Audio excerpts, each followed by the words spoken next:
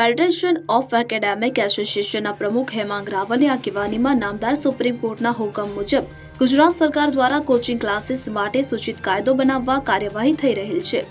તે બાબતની અસરોની ચર્ચા અને યોગ્ય સકારાત્મક સૂચનો માટે મંથન અંબાજી ખાતે બેઠક યોજાઈ હતી ત્યારે મીટિંગની સમાપ્તિ બાદ ઉપરોક્ત વિષય અંગે ચર્ચા બાદ થયેલ ઠરાવો અને ફેડરેશનના અધિકૃત વલણ અંગે પ્રેસ કોન્ફરન્સ દ્વારા જાણ કરવામાં આવી હતી કે જેમાં ફેડરેશનના 4 પ્રતિનિધિને સરકાર દ્વારા નિયુક્ત કમિટીમાં સ્થાન મળે કે જેથી કરીને કોચિંગ ક્લાસીસ એસોસિએશન તરીકે #સ્ટેકહોલ્ડરના ન્યાયિક હિતોની વાત રજૂ કરી શકાય તથા આવનારા દિવસોમાં સરકાર દ્વારા જે ડ્રાફ્ટ રજૂ કરવામાં આવશે તેના પણ સકારાત્મક સૂચનો